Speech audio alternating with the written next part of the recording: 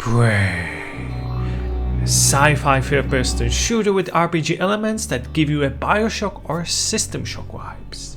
This is definitely not your standard shoot everything that moves kind of game.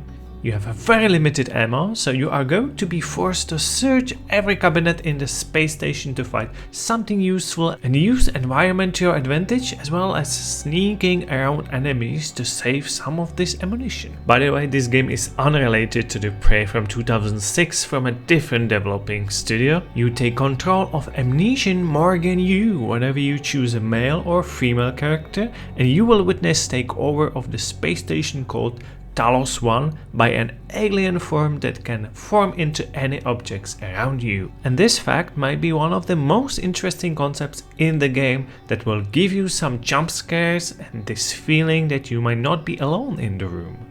The game gives you a choice of 5 different difficulty settings plus survival mode options with weapon degradation, traumas and oxygen that can be turned on separately for any of the mentioned difficulty type settings.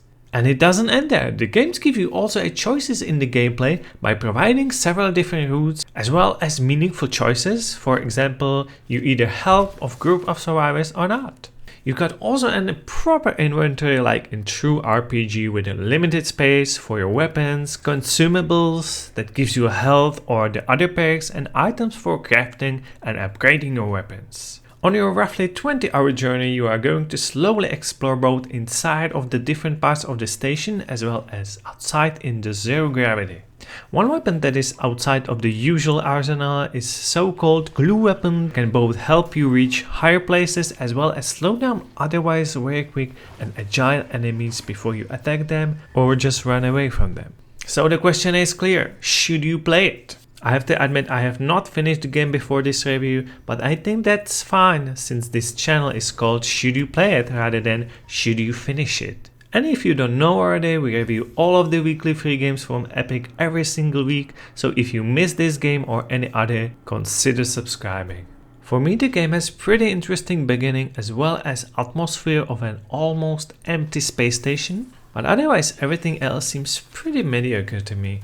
Combat is okay, I like the objects lying around that you can take and just throw around, but overall this game didn't stand out so much for me. Yet it is still solid yes for me as a game that is either free or cheap that you can spend time in and enjoy. I can definitely see how. Plus the game has pretty interesting DLC called Moon Crash that changes the concept of the main game and is basically a standalone story. So if you want to know more about it, check out our review of that one, and I hope to see you in one of our other reviews of the games that we really are getting for no cost every single week. So if you don't want to miss it, you know what to do, and hope to see you next time.